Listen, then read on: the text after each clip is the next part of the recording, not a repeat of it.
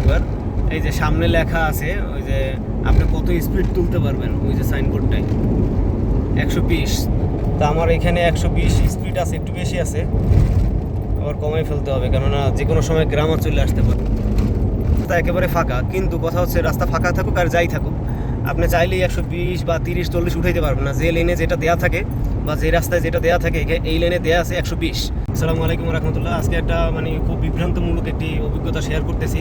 আসলে long journey যদি হয় তাহলে এক নম্বরে থাকতে হবে পকেটে ব্যালেন্স, তারপরে হচ্ছে গাড়িতে তেল, ফোনে ব্যালেন্স। এগুলো না থাকলে কত ধরনের বিভ্রান্তির মধ্যে পড়তে হয়। আমি 20 কিলোমিটার পিছনে ছিলাম, তো ওইখান থেকে আমি 5 কিলোমিটার দূরে গেলে ধরেন আমি ইউটার্ন নিয়ে এই যে রাস্তায় চলতেছি, হ্যাঁ এই রাস্তায় আমি ধরতে পারি। তো 5 কিলোমিটার দূরে না গিয়ে আমি মনে করছি হ্যাঁ সামনেই আছে, আমি ইউটার্ন নিয়ে তারপর এখানে এদিকে যাইতে পারবো। তো ভাই 15 কিলোমিটার আমার দূরে যাইতে লম্বা একটা রাস্তায় ইউটার্ন নেওয়ার জন্য, কি অবস্থা বলেন। এর মধ্যে আমার গাড়ির তেল সিগন্যাল দিতেছে, গাড়ির তেল শেষ হয়ে গেছে। 30 কিলোমিটার ভিতরে আমি দেখতেছি যে কোনো পাম্প নাই। তো অবস্থা খারাপ এই রাত্রের ভিতরে, কোনো জনমানবহীন, হ্যাঁ এই অবস্থাতে ভিতরে আমি পাম্প কই পাবো, আর মোবাইলে ব্যালেন্স হবো কি বলবো বা কীভাবে, এরকম একটা অবস্থা।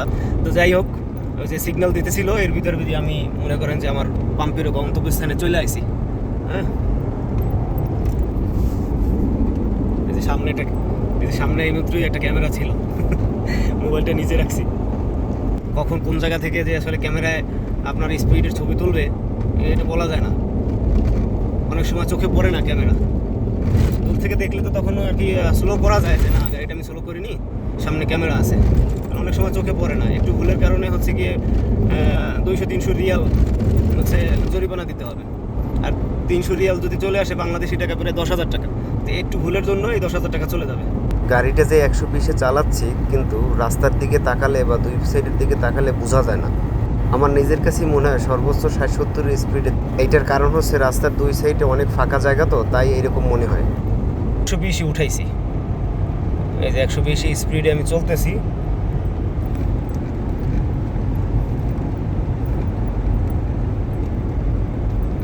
তো এই হচ্ছে যে আজকে আমার জার্নির ভাইয়া অভিজ্ঞতা। আসলে কত ধরনের যে সমস্যা ফেস করতে হয়। ওইদিকে হচ্ছে গিয়ে মুদিরে ফোন দিতেছে যে এখনও কই লেট হইতেছে কেন, কিন্তু আমি যে ঝামেলার ভিতরে পড়ে গেছি এখন এগুলো কেমনে বুঝাই আরে। তা যাক আলহামদুলিল্লাহ ভাই, গাড়িতে তেল নিলাম, পরবর্তীতে পাম্প পাইছিলাম, তারপর তেল নিলাম। তেল নেওয়ার পরে হচ্ছে কি এখন যাইতেছি।